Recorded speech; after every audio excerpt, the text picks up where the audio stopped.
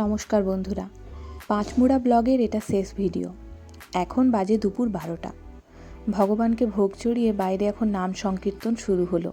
কিছুক্ষণ বসে আমি আর মা চলে এলাম বাইরেটাই একটা ছোট্ট ভিডিও করার জন্য। সিঁড়ি দিয়ে নামতে নামতে আমি আর মা তো হেসে একেবারে লুটোপুটি খাচ্ছি, ভিডিও কি বানাবো। মন্দিরের পিছনের দিকটায় দেখছি একটা ভোলে বাবার বিশাল সুন্দর মূর্তি।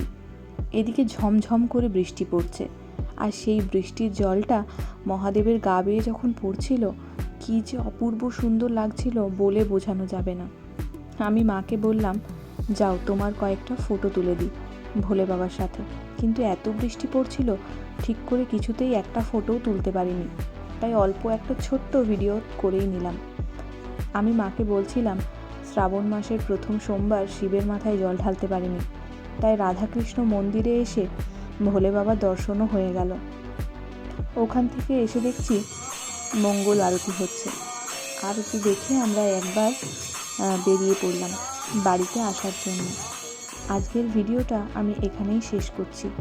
সকলে ভালো থেকো, সুস্থ থেকো। টাটা সকলকে, দেখা হবে নেক্সট আরও একটা ছোট্ট ভিডিওতে।